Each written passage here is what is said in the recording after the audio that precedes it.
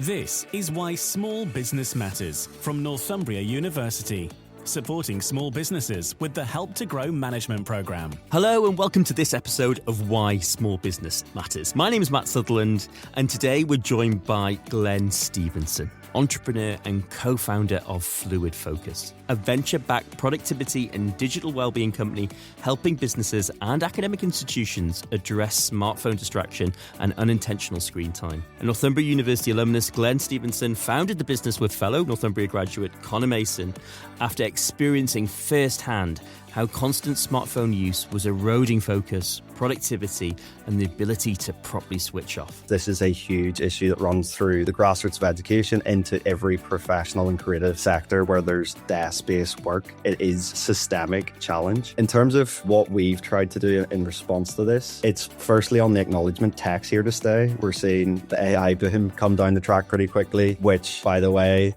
their products thrive off engagement. That's what feeds them. And the sort of challenge we have is not to shy away from that being a reality, but also to acknowledge we need to learn to live with it in a safe, responsible, sustainable, productive way. Today, Fluid Focus works with clients across the UK, Ireland and the USA, helping firms and employees build healthier and more intentional relationships with technology.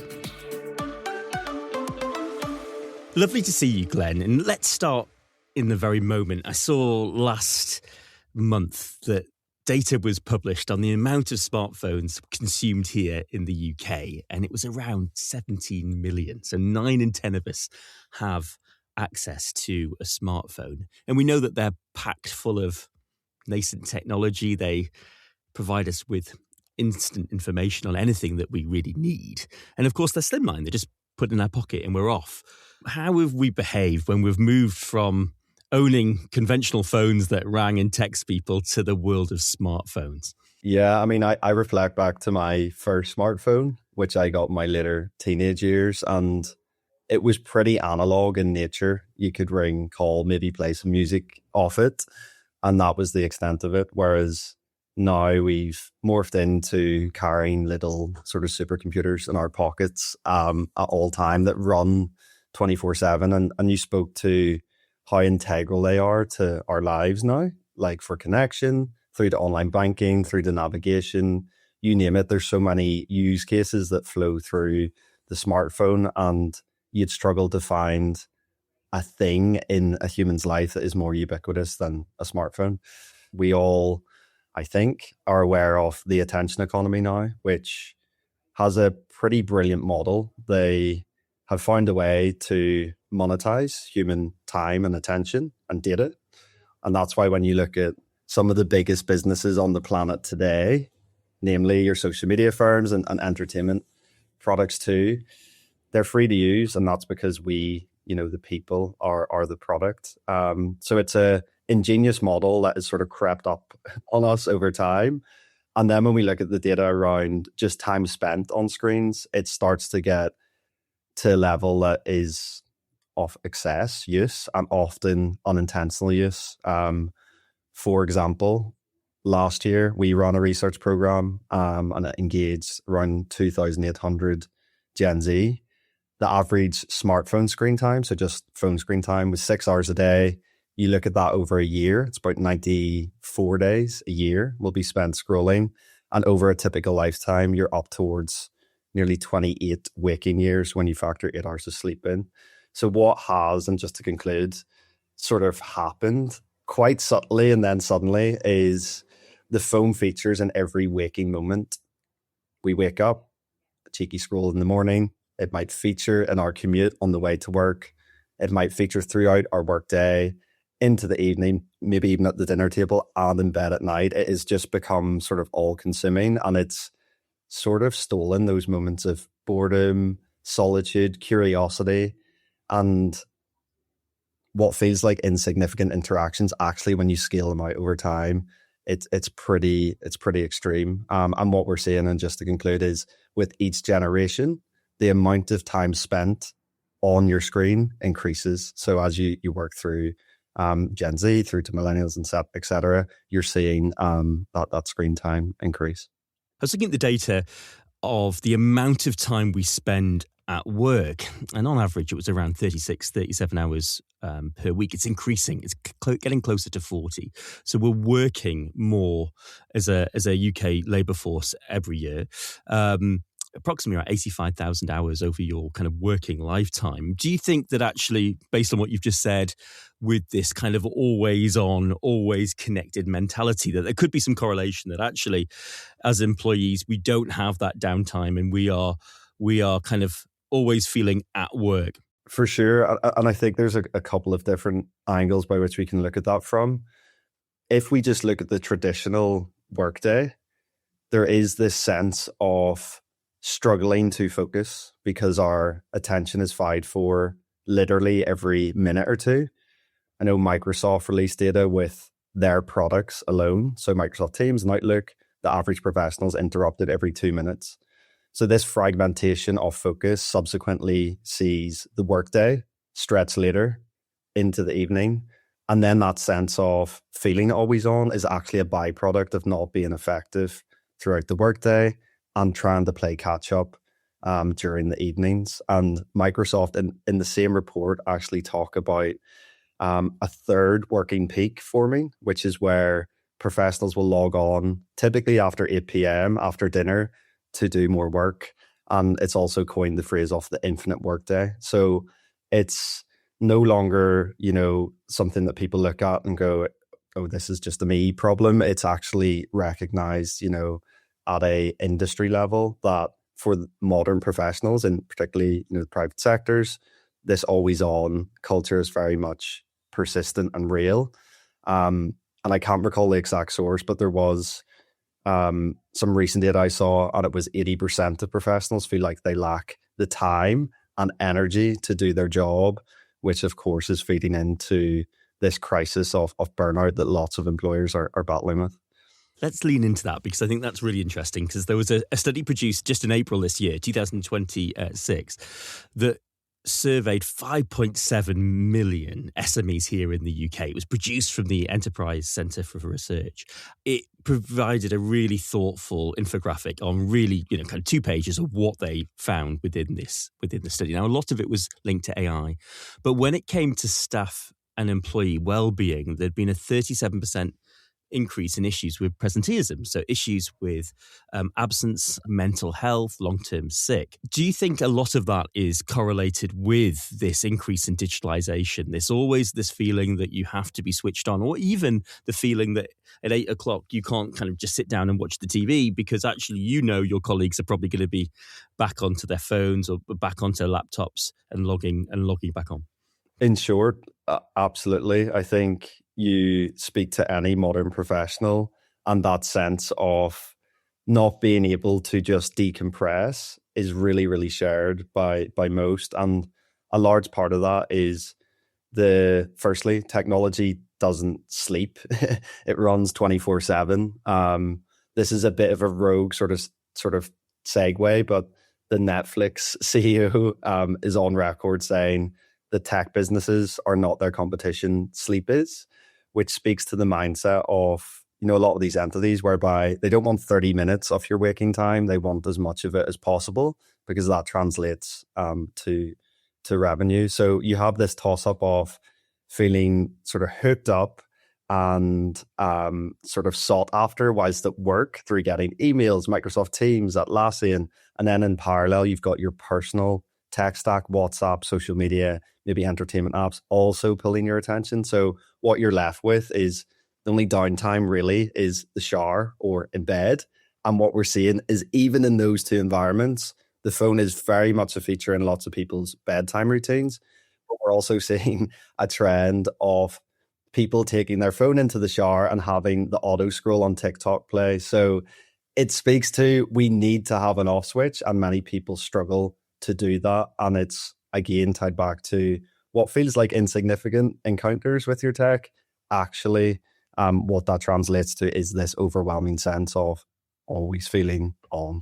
Now, this podcast is all about why small business matters. And actually, a lot of the kind of important things you've highlighted so far, you can imagine big businesses trying to develop task forces and work teams to kind of support their employees. But we know within smaller firms, there just isn't that infrastructure. And actually, the final thing this report highlighted, which was only fewer than 50% of the firms that were surveyed, this 5.7 million, actually said that they had any infrastructure or processes in place to help with mental health. So we can see that the majority in the UK that are of our labour force who are employed in small firms, bear in mind we know that 99% of UK PLC is SME, actually doesn't even have the provision. So actually we're going to a crisis, aren't we, Glenn? We're moving to a bit of a public health issue here where, although digitalisation is addictive and actually is a kind of basic need, as you say, in the shower, it's causing a bigger problem. Yeah, absolutely. And I think it has morphed into a bigger problem. You know, there was work done, this is stretched back several years. It was The Economist that led it, and it was engaging a few thousand execs. And one of the sort of takeaways was that personal productivity and the management of digital distractions was a person's responsibility, not an organization responsibility. So that has now changed in more recent times. And there's an acknowledgement from businesses and governments, as you've just alluded to acknowledge actually this is a real public health challenge, but it's also a real business challenge too. So there is that slow awareness raise, at a business level, that this is no longer something they can just turn a blind eye to, because it actually starts to hurt, the bottom line fundamentally, but also employee well-being too. So yeah, it's a big challenge. And I think with increased media attention, ironically, on the topic, you will see, more change coming down the solution space, because I think the problem is now really well understood. There's lots of data backing it up. The sort of response to that is what is coming down the solution space, and you're starting to see more and more entrants into that world, including, of course, the work that we're doing at Fluid Focus. I was about to say, a lot of people listening to this will be sympathetic to what they're hearing, both as employees and, of course, employers.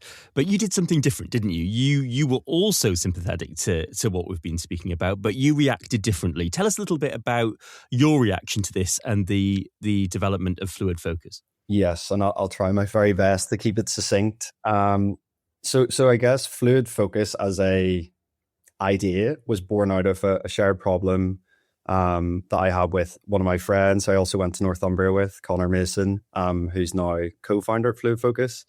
And it was the realization of, particularly post-COVID, when we had a lot more remote working. We were working in London, two of the big tech outfits. And what we came to realize was quite quickly after going fully remote was our attention span just slowly declining, to the point that we were struggling to focus on a bit of work for longer than a minute or two. It really felt like that. And the byproduct of that was some of what I spoke to earlier.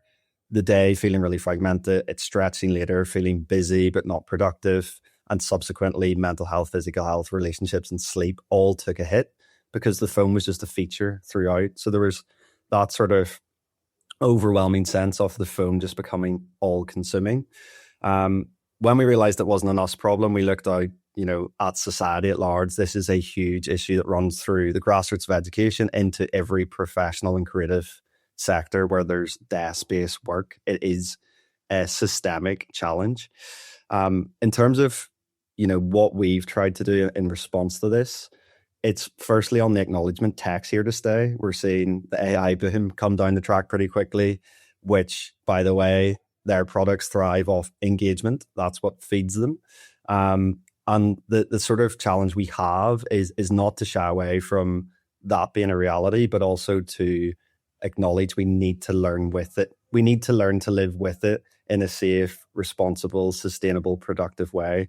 So Fluid Focus as a business is an entity that helps institutions. So we work, in a SaaS model with academic institutions and businesses to help reduce unintentional and unproductive screen time and unlock stronger levels of focus and well-being across either their student body or their workforce. So trying to flip the conversation on tech, moving it away from people feeling consumed and controlled by it into a place where they feel empowered to use tech in a really intentional, high-value way. And for us, that needs to be the way we respond to this, because going off grid or picking up a dumb phone is nice in pockets of time, but it's not the real world that we ultimately now live in. I was thinking about, this is brilliant, because I was thinking about driving in. When an intervention is driven by your employer, you can often feel a bit heavy-handed, and actually you can feel the answer could be automatically no. But actually listening to what we've talked about already, I think there is a consensus that actually reducing that time on the phone is only a good thing. Tell us how it works, though, because this is something. Is it complicated? Does it require much of your data to be sort of handed over for the layperson? How does this intervention work? We've built this from a place of what would we be comfortable our past employers pushing out to us, and as a result, it's not a surveillance product. It's not tracking you at an individual level, and no data capture would ever be tied back to an individual employee. That is the sort of foundations of what we're doing here. The product itself is sort of split in two. There is an app that is there to drive positive behavior change with focus and screen time habits. It gives people a toolkit to protect themselves from the digital world and be more effective and intentional with their time. And there's a rewards ecosystem wrapped around that. So they build up coins, in short, that they can either donate to charity and fund children's education, or they can enter weekly wellness prize draws where they can be in with the chance of winning 250 quid at their favorite wellness brand. So we're trying to gamify, the art of building healthier, more intentional tech habits. So that's the product that is pushed out to employees or students. And then there's a data platform that sits on the back end that would be accessible to the institution. Now, important to note, again, it's aggregated, anonymized insights, and that's giving the institution visibility of how many people have downloaded this, what's the utilization, and importantly, what's the impact? Are we seeing improvements across focus, sleep, and mood? So trying to tie in not only that return on investment view, but also some preventative wellbeing indicators as well. And then the last bit, to tie it all together, we acknowledge that this problem is attention. So we actually play a really conscious role in the marketing and campaigning. So driving this through the right channels within an organization so it lands correctly. Importantly, anything that we do with employers is it's opt-in. So it's totally at the employee's discretion if they want to engage. And what we're seeing is employees do want to engage with this, because it's not like they're choosing distraction, and it's not like they're choosing to work late. It's a byproduct of the environment that they now work within. So that sort of holistic response is what we feel is needed. And for us coming to partner with an organization, we can solve a really sort of narrow problem for them on their behalf. And the receptiveness to that has been really strong. And I can speak to some of that if that's of interest of what employees are saying around the issue more broadly. I think you've hit a really important point there, because this isn't about Fluid Focus partnering with an employer so the employer can get more bang for their buck. They can get you to work harder in terms of your employees. But this is actually, the outputs of this are for you to be healthier, for not to drift into that longer days and kind of poorer well-being. Tell us a bit what Fluid Focus can, what's the response of Fluid Focus? It's more agency over your technology and time. It's putting that control component back into the user's hands rather than effectively feeling controlled by your tech. It is working less, not longer. So being more effective with your time, unlocking more deep work to get the high value work done is also another promise. And then there's the more sort of holistic well-being benefits that come through healthier digital habits. So not scrolling before bedtime and giving people that sort of safeguard to protect themselves from late night scrolling, managing down how much time is spent on social media. We know that social media platforms prioritize for engagement, and subsequently a lot of the content that rises to the top is sensationalized, it's polarizing, could be harmful, and consuming that at mass is not healthy for things like stress and anxiety. So it is quite a unique product in that regard, whereby there's a really tangible daily use case, which is this is going to help you unlock more focused time, be more effective. But there's also that sort of broader health benefit that comes just through healthier digital habits as well. Tell us how it works, because this is a case that you've already alluded to it being an app. Is it a case of just really simply logging on, seeing the icons of, say, LinkedIn, Instagram, and excluding those for a period of time? How does a user foster this technology? I wish I could give you a quick demo, but in the absence of that, I'll boil it down to there's two primary ways a user can use the app.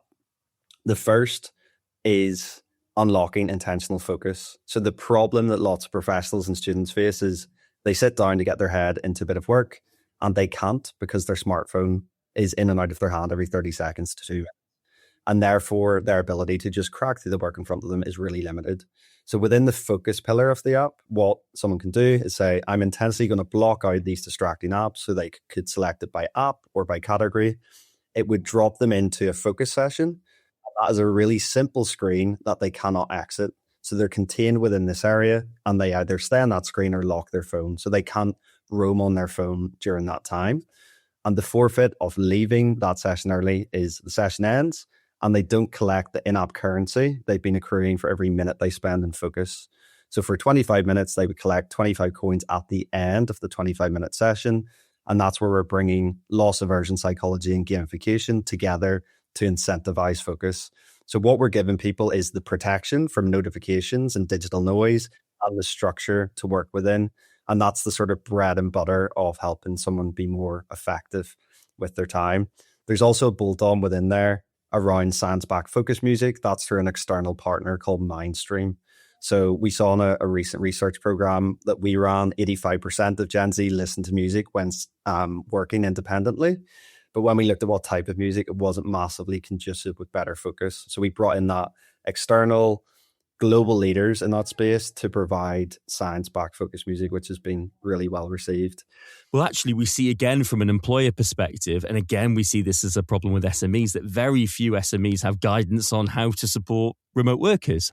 And the solution is to give them the relevant ICT, the relevant technology to allow them to do their work remotely. But actually, what we see is a kind of vicious circle coming back round when you're giving these employees more technology, probably through their smartphone, to deliver their work from a different physical place, but it's negatively impacting their kind of well-being and their health. How does this kind of new way of working, teleworking, respond to the issues that you've highlighted? How are Fluid Focus going to potentially support those new generation of teleworkers?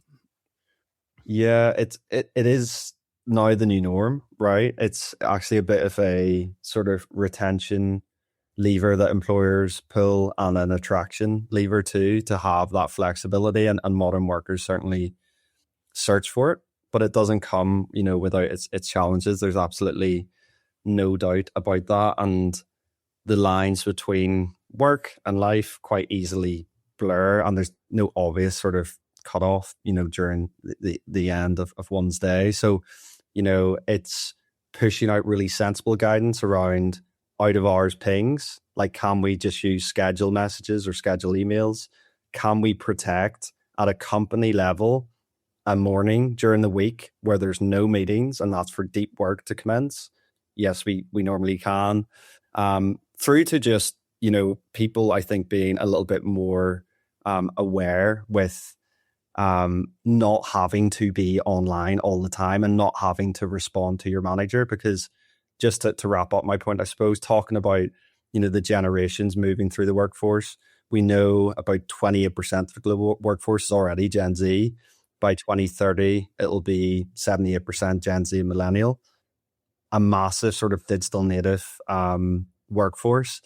And there needs to be that appreciation that you don't have to respond to your manager every 2 minutes like you respond to maybe your friends outside of work hours. There's actually a healthier way of doing this. So it presents just a new challenge of, a new way that we now find ourselves to be working, but nothing that I don't think employers can, get on top of. It just comes with some sensible guidance and culture change, which I know isn't a quick fix. And what I was kind of interesting in the back of my mind was thinking about, also on this infographic from the Enterprise Research Centre, was around AI. And we see within this research. So again, 5.7 million SMEs who responded to this work last year. More than 50% are using AI on a frequent basis, and so every week. I wonder, how does Fluid Focus support or operate within that shift?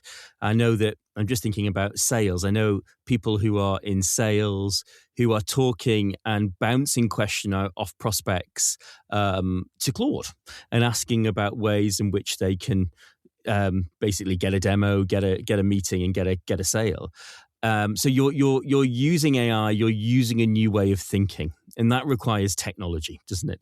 How does Fluid Focus support that kind of new shift of the reliance that we see within small firms and big firms to use artificial intelligence? So I wouldn't say there's a sort of direct crossover. I think where it sort of starts to touch on that being, now just part and parcel of how business is conducted and what we do, it is intentionality again. So AI is unbelievable in its potential and the use cases, but there needs to be a really intentional use of it. Otherwise, it starts to rip agency out of people's job, and what subsequently that rips out alongside it is purpose. So a really obvious example where current employees are already really feeling the pain of AI being sort of pushed pretty aggressively into how work is now delivered is a lot of developers used to get a lot of joy out of writing lines of code, but what a lot of their roles have morphed into is code reviewers. But actually where they got all of the purpose, the value, the meaning, that's now stripped away from them. And subsequently what you have is, yes, you might be more efficient, but you have a workforce that is not as happy. And it's about striking that balance. So it's not saying that, we're anti-AI. It's about, can we really deploy it in avenues that is, yes, driving efficiency, but at the right work. So the work that no human really wants to do, that's where we should be really focusing versus ripping, the art of someone's job away from them. You're listening to Why Small Business Matters. Find out how Northumbria University can help your business thrive through the Help to Grow management program, delivered by leading small business and enterprise experts from Northumbria University, with the support of leading figures from industry and experienced entrepreneurs. The program supports senior managers of small and medium-sized businesses to boost their business's performance, resilience, and long-term growth. The 12-week program is 90% funded by the government, and the fee payable by participants is £750, and has been designed to allow participants to complete it alongside full-time work. The in-depth, high-quality curriculum supports you to build your capabilities in leadership, innovation, digital adoption, employee engagement, marketing, responsible business, and financial management. By the end of the program, you'll develop a business growth plan to help you lead your business to realize its potential. To find out more about the program, the modules, eligibility, and fees and delivery dates, go to northumbria.ac.uk/help-to-grow. You're listening to Why Small Business Matters. My name is Matt Sutherland, and today we're discussing how you stay focused at work with all those distractions that come into your smartphone. And Glenn Stephenson, co-founder of Fluid Focus, has a potential solution. So we've never been more busier, and we're constantly distracted by various forms of information and social media that pop into our phones. How do we combat that through Fluid Focus? Yeah, it's interesting. So we built some tech to solve the tech problem, ironically. And Fluid Focus, I guess, as a promise, is trying to help people reshape the relationship they have with their smartphone, moving it away from feeling consumed and controlled by it into a place where they feel empowered to use it to drive value, connection, meaning through their life, and use it as a tool as it was once designed. There's two ways a professional or student can use it. The first is how we incentivize focus. So for every minute a user spends in focus, they collect 1 coin, and they do that through guided focus sessions. And that's where they block out distracting apps, drop into a structured area that they cannot leave, and they collect that reward at the end of the session. They build up their balance. They can donate to charity and fund children's education through our charity partner, Mary's Meals. They provide school meals for children, 3 million across 16 countries. And that's something that an employer or student can support whilst bettering themselves. There's then a more passive use of the product, and that's about helping people manage down unintentional, unhealthy screen time. And it's getting in front of the subconscious mind. You know, when you pick up your phone to respond to one message, and next thing you know, 20 minutes has gone to a feed that you didn't account for. What you can do in the more passive use of the product is set up app blocking schedules, and that's where you structure your day or week where you don't want to be disturbed. So for example, I have a block that runs 9 a.m. to 6 p.m. It blocks out all my social media apps during that time. So that time is protected from distraction. And then I have an equivalent that runs at 10 p.m. It kicks in, turns my phone into a dumb phone, and therefore I don't have that temptation to scroll before bedtime. One final thing we've just introduced, which has been sort of well received and speaks to how we're sort of trying to fight fire with fire, trying to gamify the art of better focus and healthier screen time and healthier, more intentional tech habits more broadly, is a feature called Walk to Unlock. And that's where you earn the right to access social media, gaming, or entertainment apps. So you could say, until I've walked 10,000 steps every single day, don't let me on YouTube, for example. And we're trying to flip the script, you know, as social media is a constant for most, let's actually place it as a reward. And just to wrap it all together, I mean, at the sort of heart of what we're doing here is breaking bad tech habits, replacing them with better ones, and maintain them going forward. This is like going to the gym. It's an ongoing feat that we need to manage. And through a tool like Fluid Focus or something else, it makes that challenge slightly easier to grapple with versus one's willpower, for example. We've talked about the new way of working and remote working and the support that's on offer to employers now. Now, you talked about a new contract with an employer to support their employees. What were the kind of 2 to 3 danger signs that they highlighted that triggered them to get in touch and work with Fluid Focus? There was a few concerns that was born out of like early conversations with them. At a sort of high level, this is an organization that's distributed. So they have a few satellite offices, but for the most part, their employees are remote. And that was a sort of recent pivot for them. So this hybrid remote reality presented some question marks of how do they adequately support their employees to thrive in that model. And they also had a really young workforce. So an increasing amount of Gen Z were landing in their workforce, and they acknowledge that that is a generation that has, not through any fault of their own, struggled with screen time and that sort of healthy relationship with technology. Coupled in with that, there was, you know, an acknowledgement that burnout would be a real thing as well, feeding into this always on culture. With that distributed model, also across different time zones, there was that concern of, does burnout start to become a material challenge for the business? And kind of related, late night working was something they were aware of. So they had the analytics to see that more of their workforce was logging on later in the evening, which again was a bit of a trigger point to understand how do we actually start to support our people to, be effective during the work hours and then switch off properly too. So it was quite a progressive employer. I would say there's many that knows there's a problem here, but they haven't quite come to the point of acting on it just yet beyond some subtle changes to ways of working. So we've highlighted that the distractions are only getting, we're only getting more distracted. So what's going to happen next, and how are Fluid Focus going to support some of the issues that we've highlighted today on the podcast? Firstly, there's no sign of distractions slowing down. There's big money to be made off the back of distractions tied back to the attention economy, which we spoke to more recently. And when we look at consumer AI, which is quite quickly coming down the tracks and sort of being forced into a lot of the products that we use on a daily basis, you're seeing the emergence of the attachment economy, where people are forming really deep relationships with chatbots through a therapy lens or through an intimate lens. We're seeing more of that.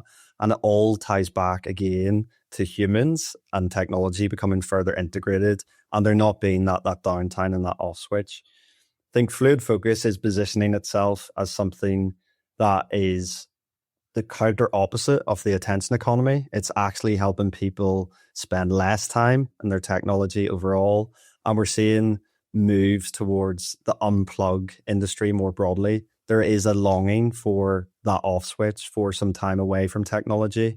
And we're seeing that manifest through people picking up brick phones or taking out a Polaroid camera on nights out, through to unplugged holidays where you do go off grid and switch off from tech for a week. And what is really interesting, again, back to generationally, is even Gen Z, who don't know a time before technology, are also seeking for that. So I do see the problem further extending, but what we're starting to see is a real sort of drive on the solution side, which Fluid Focus is part of. I'm sure a lot of people listening to this will resonate with the conversations that we've been having, Glenn. How do people get in touch with Fluid Focus to receive that support? Hopefully my email will be in the notes, so just contact me. And what we'd be delighted to do with any business is firstly survey their workforce to understand, is this a problem? And if so, to what extent? And also give them the ability to trial Fluid Focus as a solution, to give their employees a bit of agency back over their tech, to help them unlock more focus time, but also importantly to help them unlock more downtime too. So we'd be delighted to speak to any employer and give them the opportunity to understand this issue more broadly. You've been listening to Why Small Business Matters. Thank you, Glenn Stephenson from Fluid Focus. And if you would like to find out more information about the Help to Grow management scheme at Northumbria University, visit northumbria.ac.uk/help to grow. Thanks for listening, and we'll see you next time on Why Small Business Matters.